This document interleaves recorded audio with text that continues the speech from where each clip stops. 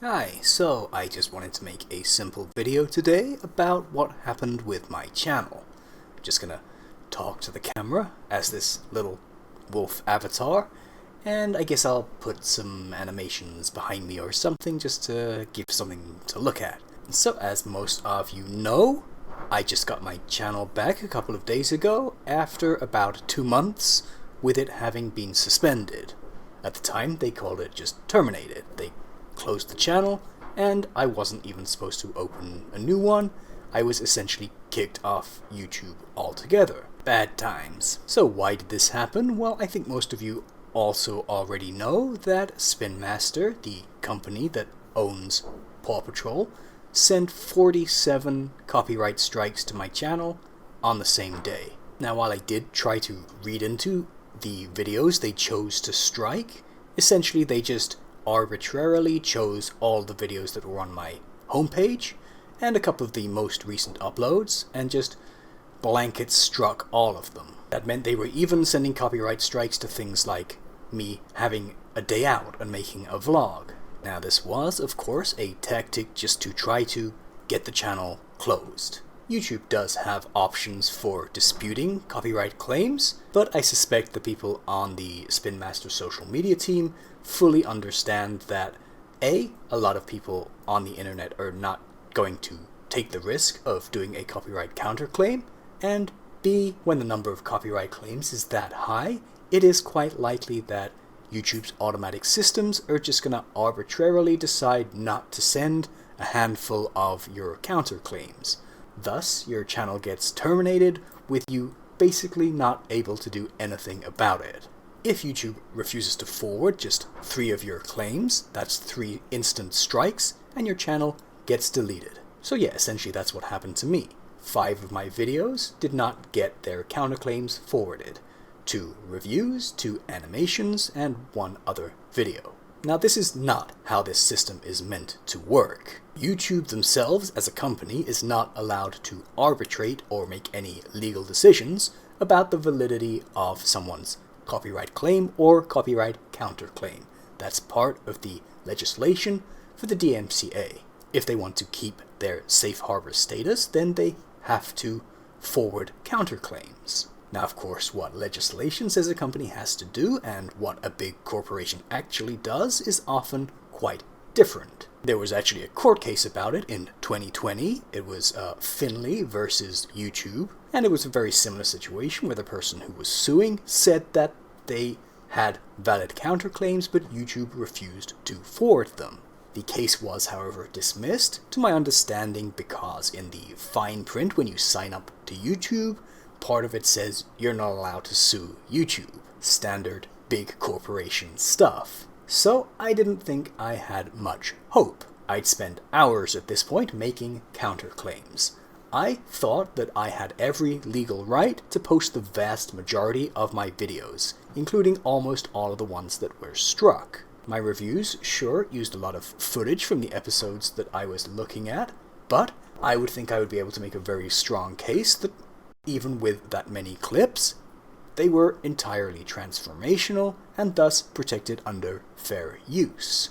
With fan animations, there isn't really a legal precedent set, but I think at least there could be an argument made in court that they were parody and thus protected as well. And of course there are many very popular animation channels that rely on making fan animations using the designs from certain properties. I mean, Glitch wouldn't even exist if SMG4 wasn't using Mario assets. And don't get me started on how Skibidi Toilet got made. So yes, fully believing that I was going to be able to make legal arguments in court if it came to that, I submitted counterclaims. I also thought that Spin Master would be very unlikely to actually take me to court. It wouldn't be a great look for them to say, we're going to take this guy to court because he's made loving tributes to something that we've made. And of course none of the animations are monetized, and the channel really doesn't make a whole lot of revenue. There's certainly not Mr. Beast money to be found here. So while it's not relevant to the legal case, I thought it was fairly unlikely that they would actually take me to court. Though I will reaffirm that I think I would be able to make strong arguments if they did.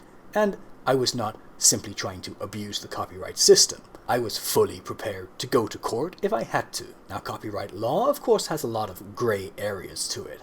If we want to talk technically, a company like Spin Master can go after every single fan artist for infringing on their designs, everybody who posts any clips that are not transformative, even if they're only a few seconds long. Hey, they could in principle even go after anybody who posts a screen cap or uses a profile picture that's a character from the show, because that's infringing on their copyright. It's of course not done with any monetary gain, and it would be difficult to establish malice, so it's not something that you're gonna see many companies going after people for. But Spin Master went after me.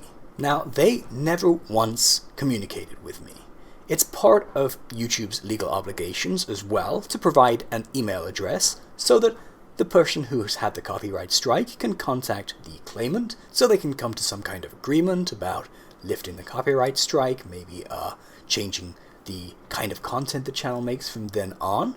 But the email address provided by Spin Master to YouTube and then by YouTube to me was of a former employee who no longer works at the company. So when I emailed that, it just bounced. I found another way to contact this individual, and he told me that he had left the company, and so I looked up who his replacement was, and I contacted her. It was an online influencer named Jill Cimarelli, and I contacted her at her email address, tried to send messages through Spin Master, went through their online help service. I even messaged her on TikTok, but I got no response whatsoever. I was absolutely ignored at all stages. There was no way I could discuss anything with anyone, and eventually Jill Cimarelli just blocked me on TikTok. So I at least knew she was able to read what I wrote, even if she was completely blanking me. So I was out of options, and they closed the account. Now, of course, this was very upsetting for me at first. I thought, don't they know the kind of things that are online that are so much worse than what I posted? YouTube is full of these awful AI slop videos and content farm things with horrible thumbnails that are borderline sexually inappropriate but targeted at small children. And then Twitter and various furry art sites are just full of Paw Patrol pornography. That's all out there, but they're going for me? Honestly, this was pretty upsetting. I always thought that they saw me as a kind of positive presence, somebody who's finding and spreading news to generate hype and excitement, somebody who has, knowledge and expertise well in advance of their own staff about this property. So more than losing my channel, it was that kind of sense of betrayal that was worse for me. And also the fact that YouTube was impeding the legal process just left a great sense of injustice for me. But at that stage, there was then nothing I could do. YouTube were refusing to forward certain counterclaims that seemed completely arbitrarily chosen to me, since very similar claims had gone through. And the only other method, which is kind of by discussing it with somebody at Spin Master, was also not possible since they were completely ignoring me. And that's why on Halloween my channel got closed. Rip Dibsy. Now, kind of coincidentally, at about this time I was able to appeal my Twitter ban and get that account back. So whether or not it was the genuine reason my account got banned in the first place on that platform, the reason they had given was that my Twitter account could too easily be mistaken for the official account. I was essentially banned for impersonation, even though in my bio it said fan. I was a fan. Now, I appealed several times, but for some reason in October they accepted my appeal and my Twitter was reinstated as long as I put fan account into the name. I'm not sure why I couldn't have done that any of the other times I appealed, but these things are, mysteries to all of us. Anyway, having my Twitter back at least gave me some way to kind of stay in touch with the community, and I guess to an extent it stopped me from just walking away. But critically, it also allowed me to contact Team YouTube on Twitter. That's about the only way you can get an actual human being to discuss your YouTube channel with you when you've been taken out of the creator program and can't use the support chat anymore. So I had many discussions with many agents, and eventually I think it was commenting about how they were in violation of their safe harbor provisions on some much bigger channels' objections to getting their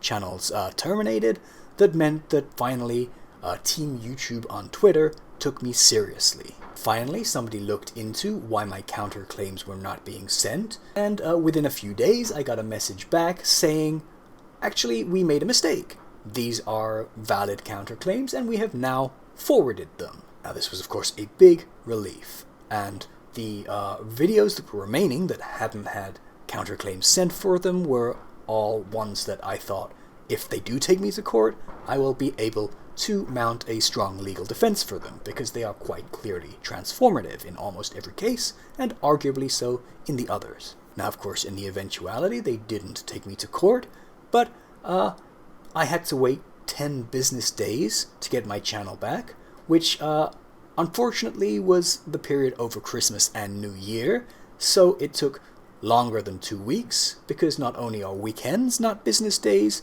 nor is Christmas, and nor is New Year's Day. So it was a long wait. And then even when I got the notifications that the counterclaims had been ignored, and thus the strikes had been lifted, I still had to wait another couple of days, because for whatever reason they put the channel back online but wouldn't let me access it through my Google account. But yes, after waiting for about 36 hours, I got access again, and as you've all seen, I'm back, and happy to be here too. Now this has still been a very stressful experience, and has been very negative for my channel's growth. YouTube maintains that if you get strikes, it doesn't harm the impressions they send out, but I think it's very, very clear that that's not true, and strikes are very harmful for any channel. So my channel's been through a mass strike attack, and has now 2 months of, zero traffic, zero impressions. I'm basically having to rebuild from start, thankfully with quite a few of you guys still sub to me. Thank you for being here. Honestly, my views are still down, and honestly, YouTube is really bad at recommending my animations in particular. They've really never done well since the first one. Last year I got a different false copyright strike that was right before I uploaded my Zuma going undercover as Boomer video, and that one just tanked. It didn't do well at all, and since then animations just really haven't done well. I mean, while my channel was deactivated, various fans, I guess, took my animations and re-uploaded them. I think there were about 3 or 4 channels that did that. And one guy, re-uploaded my Gasket and Rex animation with horrible, recorded off the phone 360p quality, and I think it has, 600% of the views my actual high-quality video has. So, I don't know why YouTube kind of hates my animations. It's a bit disheartening, but, I do it because it's fun for me, not because, I need to get huge amounts of views for them. So I guess I just really can't predict the whims of the YouTube algorithm. Now going forward, I will be making some changes to what I upload on the channel. I want to avoid this happening again, and I want to be much more clearly on the side of copyright legal, while still covering this show that we're all here for. Lots of people had lots of theories about why I got the strikes, and honestly, there's no answer. I do not know for certain. Some people thought it's because I had, memberships turned on. Some people thought it was because I was being very critical and they wanted to avoid me doing a review of Season 12, Episode 10, which I kind of publicly said I was not very keen on. Some people said it was because I've uploaded spoilers and find, they call them leaks. They're not really leaks, but things that people perceive as leaks, let's say. But actually, I think, without knowing for sure, but I actually think they snapped because I uploaded a Paw Patrol Christmas trailer. After all, I know they went after and demonetized ZumaFan for doing the same thing. So, but that's kind of the strongest evidence I have, and honestly, I think I did deserve a strike, one strike, for uploading that, because re-uploading a trailer that you don't own and you're not commenting on, you're not providing commentary for, or, transforming in any way, that is copyright infringement. So yeah, obviously going forward, I won't be uploading any more trailers or just straight up clips with no commentary. I know there are plenty of channels that do that. There's channels that just do that. They just upload lots and lots of clips, trying to get around YouTube's automatic copyright detection, and nobody's gone after them yet, but just because other people are getting away with something doesn't mean it's, not something that it's fair enough to go after me for. So I will, of course, not be uploading any just straight up clips. Also, for pretty much the same reason, I'm gonna avoid uploading any more Japanese to English translations. I think there is probably a legal argument to be made there that I am doing something transformative. I'm providing my own individual translation. It's not just, providing the subtitles from one country over the footage from the other. It's actually, highlighting the cultural differences that mean the language is just straight up something else. But even so, they are just like clips from the show with subtitles underneath them, so I don't know if that's transformative enough. So I'm not going to do that anymore. Also, I'm going to play it safer with how I review episodes. My format has been to kind of play a little clip and then comment over it with this little avatar recently, but previously just with voiceover. I guess going forward, I'll rely more on like still images and putting things in a window and commenting that way rather than, playing quite a lot of clips and then using those for context. I think it probably is legally defensible and transformative, but I just want to exercise a little more caution now, naturally. But yeah, my channel is back, and I'm very happy about that. I'm super happy to see all of you again, and, spending a while going through all the comments saying, hey, you're back, welcome back, we missed you, has been a very, very positive experience for me. I'm also probably gonna, try to be a little bit nicer in general. I come down very hard on people who repost fan art without credit. I used to block them on Twitter quite frequently, and people got very upset about that.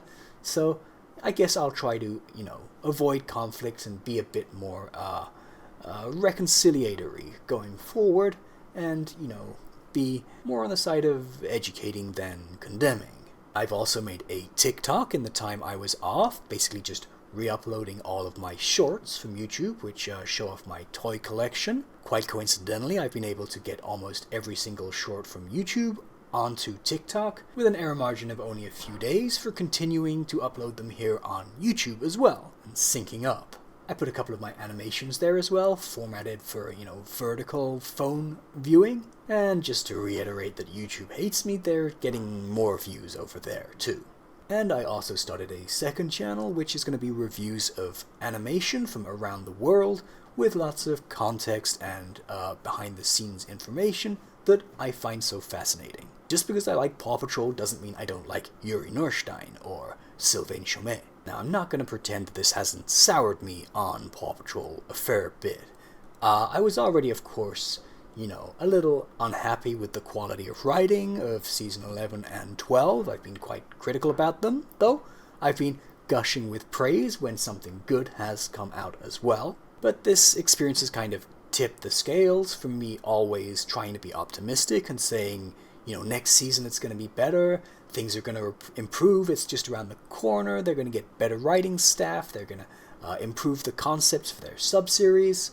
Rex is coming, but now this experience has kind of made me face up to the fact that the good times for Paw Patrol are probably over.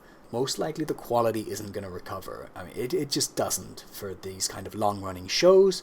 It's a pretty typical thing to happen for the quality to just drop off a cliff after, the creative staff can just phone things in and don't need to prove anything to anyone anymore. This has pretty clearly demonstrated that Spin Master don't like me and don't want me around, which is upsetting, of course, but it does mean that now I'll take pleasure in watching their decline.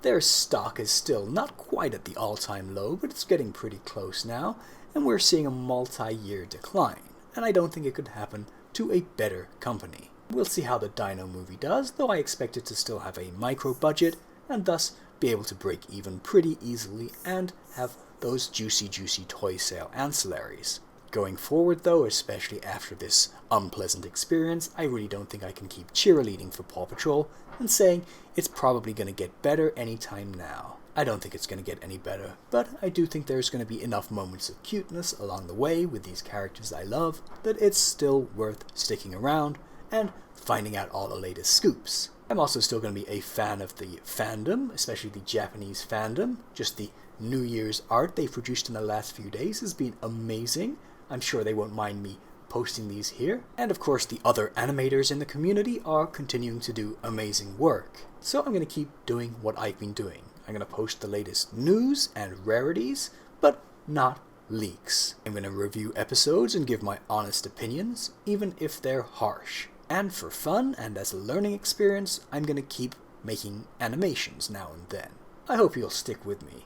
Even though I think the show is in decline, I think it's actually quite possible that as the people who were little kids when they were watching the show become teenagers and get past that initial hump of, finding what they liked as very small kids extremely uncool and rediscovering it, the fandom might actually grow and mature quite substantially.